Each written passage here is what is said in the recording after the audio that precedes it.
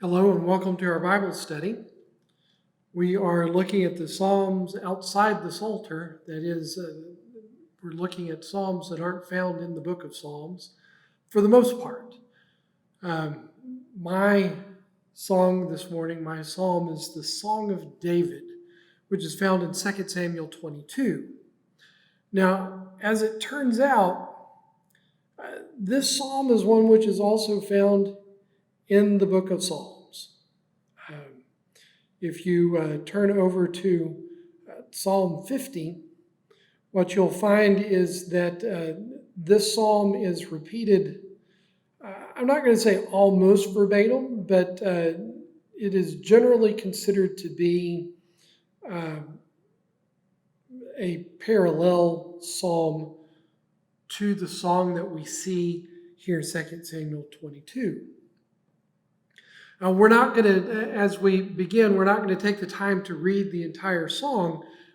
Here in 2 Samuel, it's 51 verses, and it would take almost all the time we have really to not only have some brief glossy discussion, but just to read 51 verses. That would just be an extensive reading. What we're going to do this morning is really hit sort of the high points of what we find within the psalm. Now, because we have a song that is recorded both here and in the book of Psalms, and there are differences between the two, it's probably important to try to come to some sort of understanding as to why that would be, especially when, as you look at the two songs, there are differences found within them. The most popular theory, and I think it makes the most sense, is going to be that they were both written by David, but what we're looking at in one place is really sort of a rougher draft than the version that is found in the other.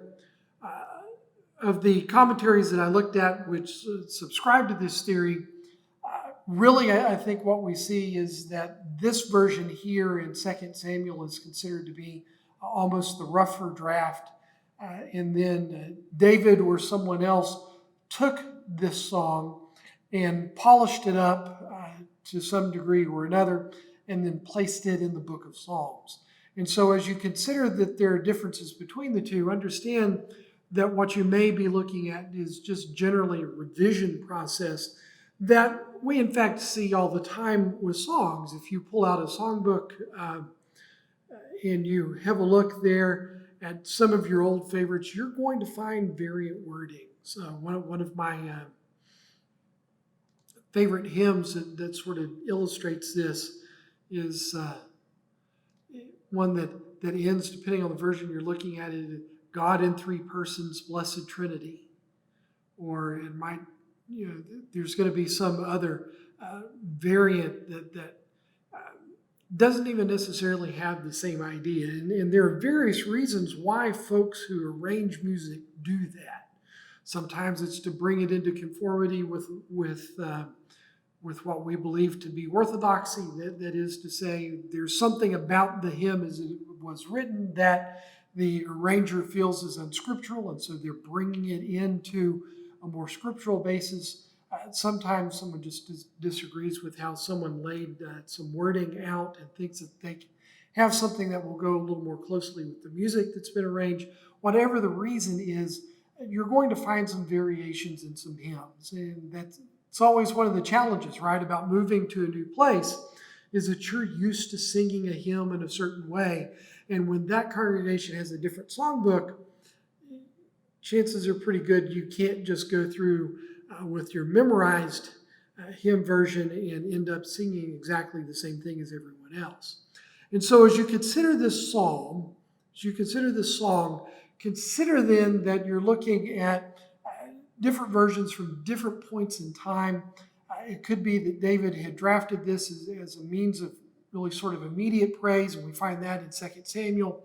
And then as he prepares for its inclusion in the Psalter, he takes it and he polishes it up. I don't suppose there's any reason why it would need have been David who did that process. But certainly whoever did in Psalms takes it and continues to ascribe it to David. In fact, he is given an appellation there that the pulpit commentary says probably indicates this song wasn't incorporated in the book of Psalms until after the death of David. That is because it refers to David as the servant of the Lord, which was something that even Moses wasn't referred to, according to that commentary, that even Moses wasn't referred to as the servant of the Lord, where it would say Moses, the servant of the Lord, where that phrasing wouldn't happen until after Moses' death.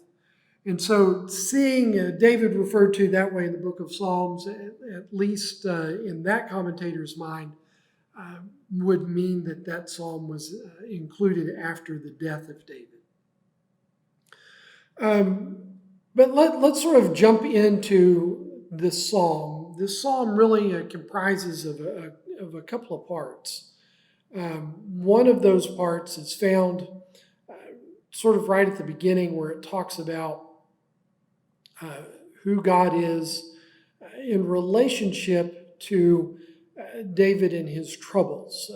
In fact, as you look at the first two verses here, it gives, I don't want to say necessarily history, but it says the circumstances under which David writes a song, or what it is he's thinking about as he writes it. It says, and David spoke to the Lord the words of this song on the day when the Lord delivered him from the hand of all his enemies and from the hand of Saul. So this could mean a couple of different things. This could, of course, mean that, and especially as it's situated here in the book of Samuel, 2 Samuel, right before the last words of David in 2 Samuel 23, it could be that this was a song that was written at various points. And so even this is not necessarily the first draft that David had ever written, but it's something that has its origin at different points in time. And David finally finishes it as he finishes all of his battles. But even then it says from the hand of all of his enemies, and it also mentions Saul. And so that harkens back, in fact, to before his own reign. And so as David looks at his life, as he looks at the battles that he's had to fight, he starts off, he says, the Lord is my rock and my fortress and my deliverer, my God, my rock in whom I take refuge, my shield and the horn of my salvation, my stronghold and my refuge, my Savior. You save me from violence. I call upon the Lord, who is worthy to be praised, and I am saved from my enemies. And so with this basic beginning, we really sort of see where this psalm is going, at least where it's going to start out. But we see a major theme for what we find within the psalm. So David begins really the psalm then in verses 5 and 6, and then continues into verse 7. But in verses 5 and 6, we see sort of a stanza that talks about the distress that he finds himself in. In verse 5, it says, for the waves of death encompassed me, the torrents of destruction assailed me, the cords of Sheol entangled me, the snares of death confronted me. And so as you look at that and you consider what David is trying to get across, I don't think he's trying to say I had one foot in the grave and one out of the grave. And I don't think he was saying that I was looking at the Grim Reaper and he was pulling me into the hole. I think what he's trying to get across here is the idea that I was in dire straits. Things were bad, and I could see no real help on the horizon as I looked to myself. The waves of death encompassed me, the torrents of destruction assailed me. And the idea here really is sort of the idea of that boat tossed on the ocean in the midst of a storm that could capsize it. The same idea I think we see later in the Gospels as Jesus is asleep on the boat in the Sea of Galilee, and his disciples come to him and they ask him, Lord, why aren't you worried? Because they're fearful for their lives. We look at the book of Jonah, and that great tempest comes up on the boat, comes upon the boat that Jonah is on, and he likewise is asleep. And they wake him up and say, what is going on? Why are you not worried about this? And Jonah, of course, realizes what's going on. But as you look at that, just consider how deep things must have seemed to the people that were involved in those situations. They're looking out and they're seeing their small boat being tossed to and fro in it looks like they're going to be killed just because the sea is so restless and everything encompasses. And so he says in verse 7, "And in my distress I called upon the Lord, to my God I called. From his temple he heard my voice, and my cry came to his ears." And so we see the beginning now of the praise that David gives to God. We see that as David looks then, and in this distress, he calls out to the only one that he knows can help him. He's in dire straits. There's no help that can be seen. And so he calls out to the one source of help for the helpless, the one source of hope for the hopeless. "I called upon the Lord." And notice it says, "From his temple he heard my voice, and my cry came to his ears." Then the earth reeled and rocked, the foundations of the heavens trembled and quaked, because he was angry. Smoke went up from his nostrils and devouring fire. As we look through the next several verses, there are some descriptions of God that are given. And I think that these descriptions really are intended not to be literal descriptions of anything that happens, but just the idea that God is God over everything. Devouring fire came from his mouth, glowing coals flamed forth from him, the cleansing fire. The earth, he is the ruler, the majesty over, and we see that because it reels and rocks and it trembles and quakes because of his anger. And to some degree, we of course hearken back to that boat with the Lord in the Sea of Galilee, and he gets up and he rebukes the wind and the waves, and he says, "Peace, be still," and suddenly there was. And we see the same sort of thing there, right? David, as he describes this, describes a scene in which everything is in motion, it's moving, and that's happening, it says, because of his anger. Smoke comes up from his nostrils, devouring fire from his mouth, glowing coals flaming forth from him. He bows the heavens and came down. Thick darkness was under his feet. He rode on a cherub and flew. He was seen on the wings of the wind. He made darkness around him his canopy, thick clouds, a gathering of water. Out of the brightness before him, coals of fire flamed forth. The Lord thundered from heaven, and the Most High uttered his voice. And he sent out arrows and scattered them lightning and routed them. Then the channels of the sea were seen, the foundations of the world were laid bare at the rebuke of the Lord, at the blast of the breath of his nostrils. And while there are lots of things we could say about the imagery there, again, the idea is that God is God over everything. And so it begins by talking about his dominion over the earth. And then it talks about him descending from heaven where he rules, and he rides on cherub in the sky, and he comes down, and the pathways of the ocean or the seas are seen. He has dominion over heaven. He has dominion over the heavens. He has dominion over the land. He has dominion over the sea. And so David, as he begins his praise, talks about the deliverance of the God who is God over all. And he sent from on high and took me. He drew me out of many waters. He rescued me from my enemy, from those who hated me. For they were too mighty for me. They confronted me in the day of my calamity, but the Lord was my support. He brought me out into a broad place. He rescued me because he delighted in me. And so one commentator, in providing an outline, looks at these verses, and in consideration of the verses that we just looked at, we see the description of the glory of God. But not only do we see the description of the glory of God, we see his dominion over heaven. And then we now see David say, and despite all of that. Because really, here's the idea I think he's almost trying to get across to us. That there is a great and mighty God. Heaven, the heavens above us, the earth, the water, all listen to his will and tremble before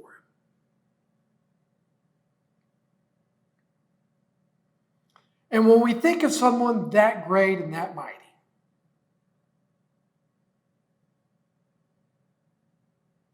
when we perhaps to bring it home to ourselves, think of the greatest president who ever lived, whoever that is in your mind.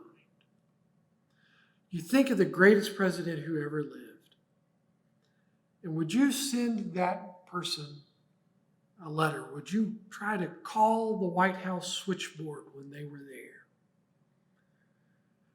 and say, I'm in deep trouble and only you can help? And would we expect that person to come because we called? But that's what David describes here. We see the great God, the creator of the universe. We see the areas over which he has dominion, and we see how they react to his person.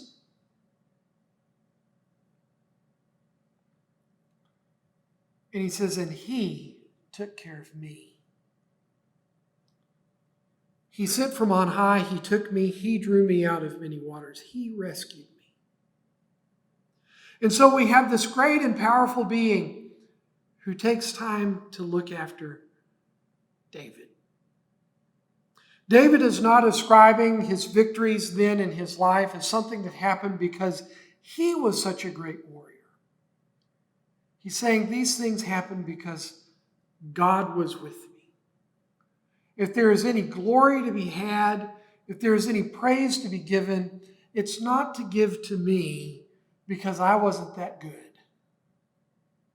In fact, I think what we see here perhaps is a little bit of an intimation of how David went through life. He went through life scared. And we see great confidence in him.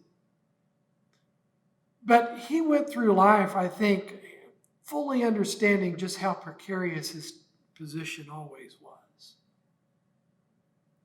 He saw Saul, king over Israel. And he remembers he was told, that position is going to be yours. He saw the end of Saul. After Saul had tried to kill him,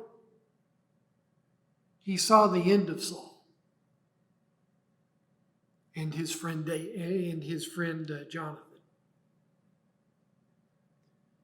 He saw those things.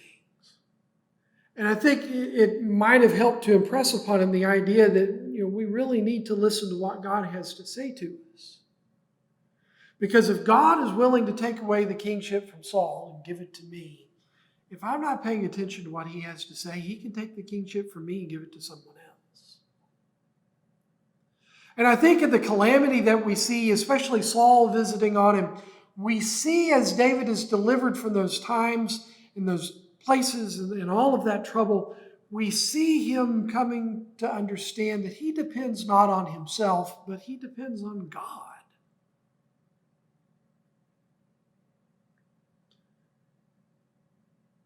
But he understands who God is. And he understands then that it is something special to be saved by God. Because not only, we talk about sin as that which separates us from God, and that's true. And we say that because we sinned against God, God doesn't owe us salvation. And that's true.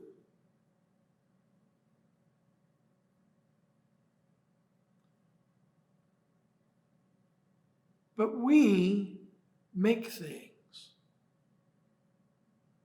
And having made them, we forget about them. Or we set them to running and we let them go.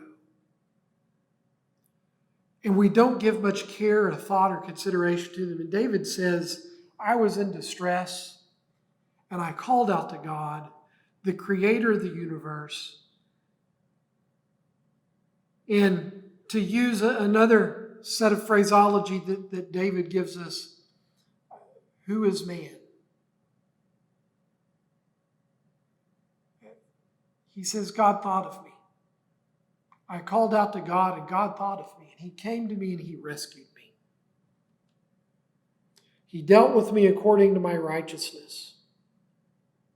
According to the cleanness of my hands, he rewarded me. For I have kept the ways of the Lord and have not wickedly departed from my God. For all his rules were before me, and from his statutes I did not turn aside. I was blameless before him, and I kept myself from guilt, and the Lord has rewarded me according to my righteousness, according to my cleanness in his sight. And I don't think that we should take that to mean that David is puffing himself up. I think what David is doing here is not talking about himself necessarily, but he is giving, in fact, more praise to God. The Lord dealt with me according to my righteousness.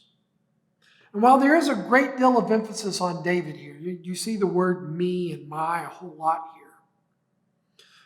Ultimately, he is ascribing all of this to God.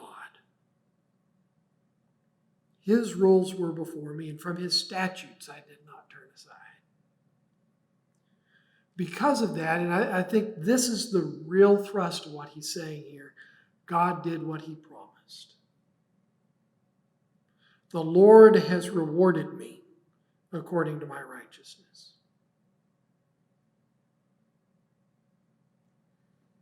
With the merciful, you show yourself merciful. And with the blameless man, you show yourself blameless. With the purified, you deal purely. And with the crooked, you make yourself seem tortuous.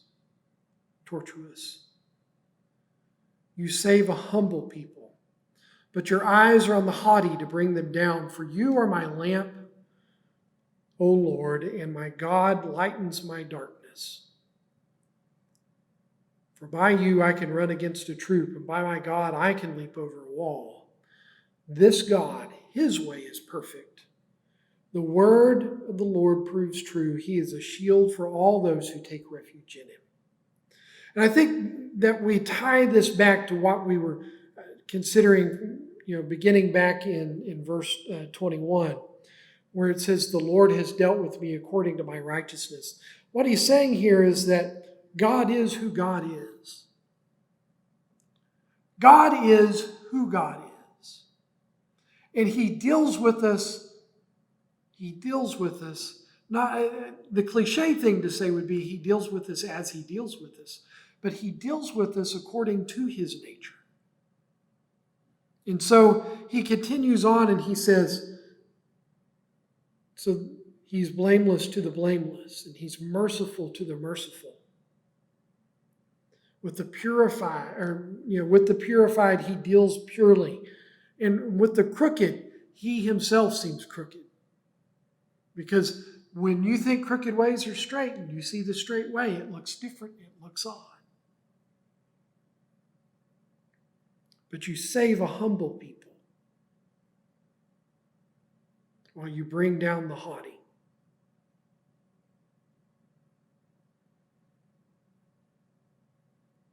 You are my lamp. You give me strength.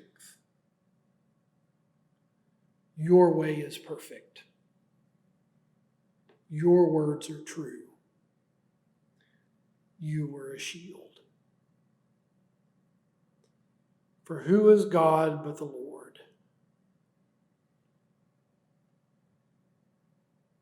And who is a rock except our God?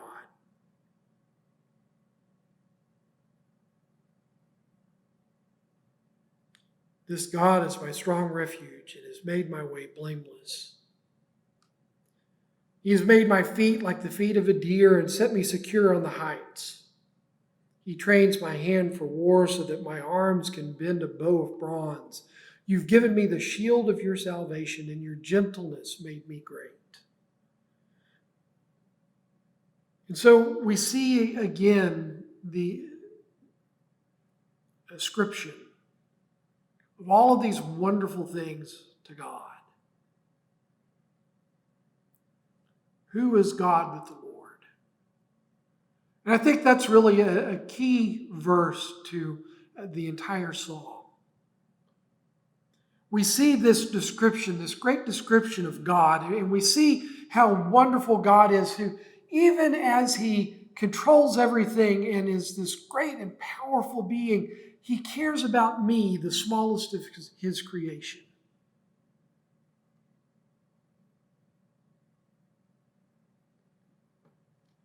And then we consider what man has done. Man has created all sorts of gods. In David's day, those were as likely to be idols of stone and precious metals and wood as they were to be anything else. But even in our own day, right, we continue to have idols that we set up against God. And in our own way, then, we create our own gods. For who is God but the Lord? There is only one. And who is a rock except our God? This God is my strong refuge. He made my way blameless. These, again, we see the ascription of wondrous power to God. He is the one who did this. If I'm walking in a straight line, it's because He made the road for me. He says in verse 34, He made my feet like the feet of a deer and set me secure on the heights. Now, oftentimes we think about that and we think, well, deers run. And so He's saying He made me so I could. No, He's not talking about being able to run fast. He's talking about how that animal, he says, He set me where? He set me secure on the heights. He's talking about that animal's ability to go about the area in which it lives, an area which would be difficult for you and me. You made my feet like the feet of the deer and set me secure on the heights. If I'm a good warrior, it's because God made me that way.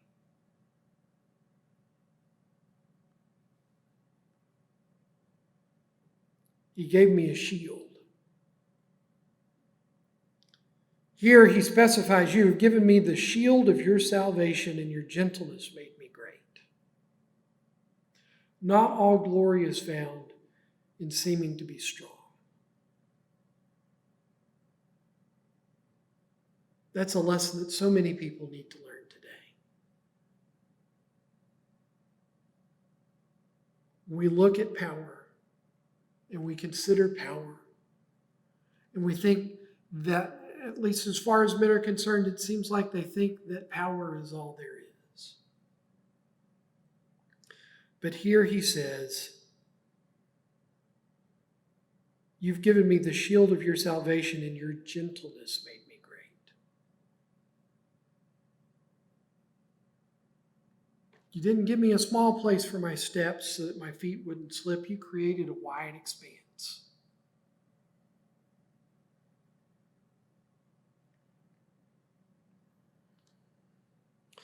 And so as David continues on, he ascribes what happens in his life. He ascribes these things to God. Even in the pursuit of his enemies, he says in verse 40, for you equipped me with strength for the battle. You made those who rise against me sink under me. So again, he's saying, if I won a battle, it's not because I won the battle. It's because I understand you were there to fight my battle for me.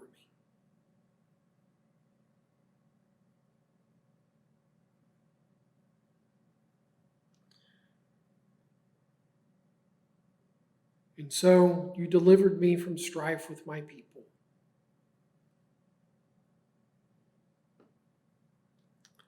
I think that this psalm probably is written toward the end of David's life. And I think probably that's why it finds its position here at the end. At the very least, I think that different parts of the psalm are written at different points. And this part in particular would be written at the end of his life, just before he gives in the next chapter his last words. David, as we all know, committed his sin with Bathsheba, and we all think about the loss of that child. But that wasn't the only punishment that was pronounced against David. We saw that David's house would be plagued with trouble from within.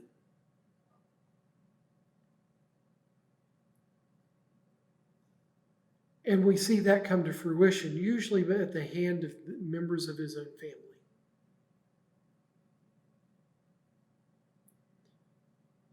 But yet God didn't forsake David. You know, as sins go, we might say that the sin of David with Bathsheba was worse than the sin of Saul when he lost the kingdom. Saul, as you will remember, went out to fight a war that God had said needed to be fought against the Amalekites. He said, I want you to go out and I want you to utterly destroy them. Men, women, livestock. Just kill it all. And yet when Samuel comes along, he says, well, what's this I hear? And Saul says, well, the people wanted to keep some of the animals and sacrifice them. And Samuel says, that's no good. And eventually Saul says, oh, and we saved King Agag too. And what Samuel tells Saul is that because you have rejected the Lord, he has rejected you as king over his people. Now, what did he do? What he did was failed to destroy everything, including the livestock, and he kept a person alive when God had said, kill all the people.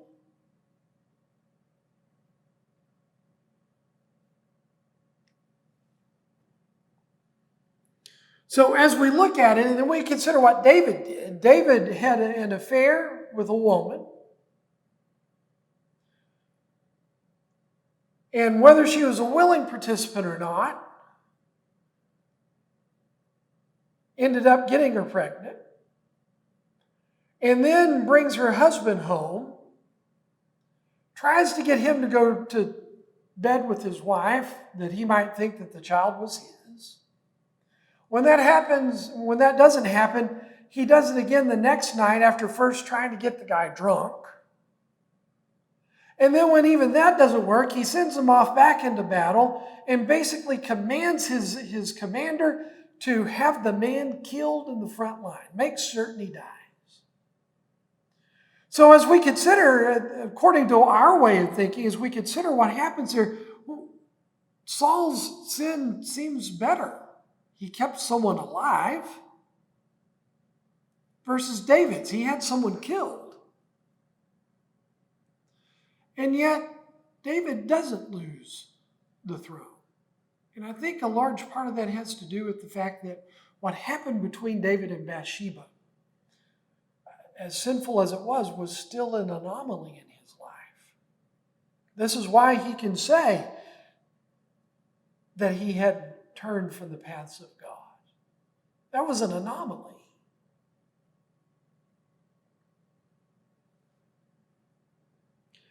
But yet we see the punishment still visited upon him. And what we see there then is that God starts to bring strife. And he says, you delivered me from strife with my people. Even in the midst of that strife, where David more than once is driven out of Jerusalem and has to come back and retake his own throne, David still is not forsaken. David still retains the crown. He says, you delivered me from that. You kept me as the head of the nations. People whom I had not known served me. Foreigners came cringing to me. As soon as they heard me, they obeyed me. The Lord lives, and blessed be my rock. Exalted be my God, the rock of my salvation. The God who gave me vengeance and brought down peoples under me, who brought me out from my enemies. You exalted me above those who rose against me. You delivered me from men of violence. So God is my rock. He is the one sure, certain thing in my life. And so I exalt him, and I say that that certainty is my salvation. Everything that's happened to me in my life happened because God wanted something good for me.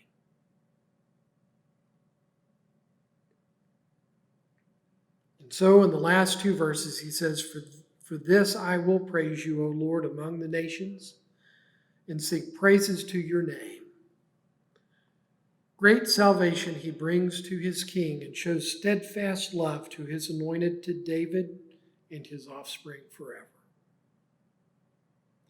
And so at the conclusion then, I think as he nears the end of his life, he looks back and he sees the greatness of God within it.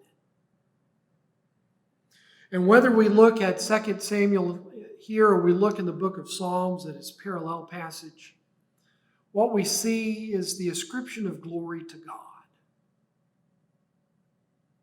David, looking back over his own life, says, God was here. God ruled in the affairs of men, and I know that because he ruled in the affairs of my life.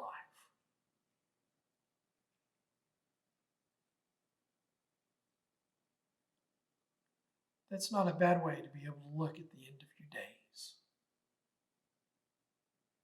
So that's the question I think that we leave ourselves with as our time draws to a close. When I consider, when I look at my own life, and I consider its end, will I look back and will I say, it's all because of you, Lord. It's all because of you.